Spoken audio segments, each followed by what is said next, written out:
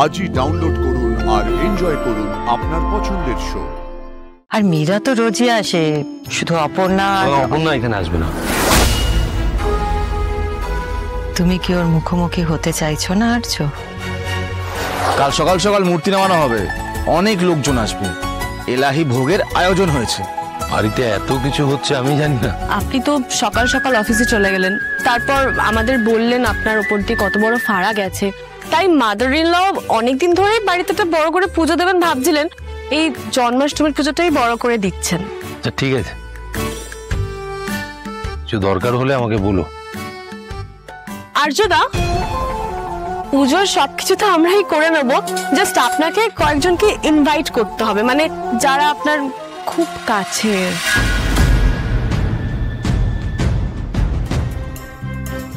কাছের মানে কি বলতে চাইছো? কাছের মানে মানে অ্যাকচুয়ালি মাদার ইন ল বলছিলেন।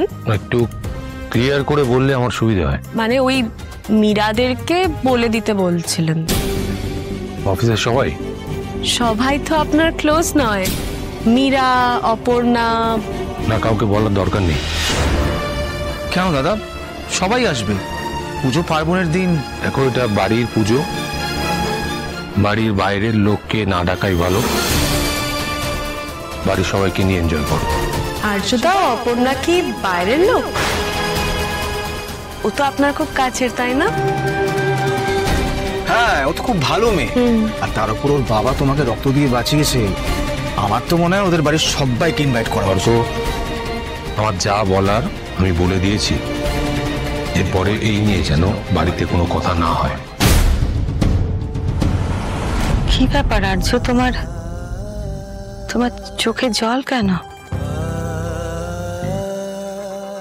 মা, আজকে আমি অপর্ণার সঙ্গে কথা বলেছি, ওকে বলে দিয়েছি পরিষ্কার করে যে এই সম্পর্কটা হওয়ার নয়। এতেও ভালো থাকবে তো? আর তুমি ভালো থাকবে তো আর্য? দেখো মা, সময় সবকিছু ঠিক করে দেবে। সত্যি কি তাই? সময় সত্যি সব ঠিক করে দেয়?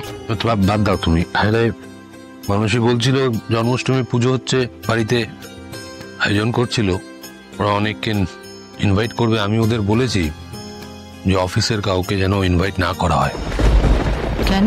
লোকজন তো অনেকেই আসবে, পরিবারের চেনা পরিচিত, এর মধ্যে অফিসের স্টাফ, মীরা, এদের না বলাই ভালো। হ্যাঁ, কিন্তু এই বাড়িতে পুজো পার্বণ, লোকজন, উৎসব কোনোটাই তো কম হয় না। আর মীরা তো রোজই আসে, শুধু অপর্ণা এখানে আসবে না। কেন আসবে না? তুমি ওকে ফিরিয়ে দিয়েছো বলে? একবার বলে তো দেখো।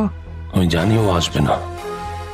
ঠিক আছে, তুমি যদি না বলতে চাও তাহলে আমি বরং ওকে। দেখো, ছুটির দিন, ওদেরও অনেক প্ল্যানিং থাকতে পারে। তুমি বলবে, তারপরে ওরা আসতে পারবে না, তোমার একটা খারাপ লাগা তৈরি হবে। তার থেকে ভালো বলার দরকার নেই। তুমি কি ওর মুখোমুখি হতে চাইছো না আর্য? না, আমি ওকে একটু সময় দিতে চাইছি, আমার নিজেরও একটু সময় চাই। আর এই কাজের সম্পর্কটুকুই থাক, ও অনেক বড় হোক, আমার সাথে জড়িয়ে ওর ক্ষতি হবে। আমি গতকালও তো বললাম, ওর কোনো ক্ষতি হোক যেটা তোমার ছেলে চাইতে পারে না।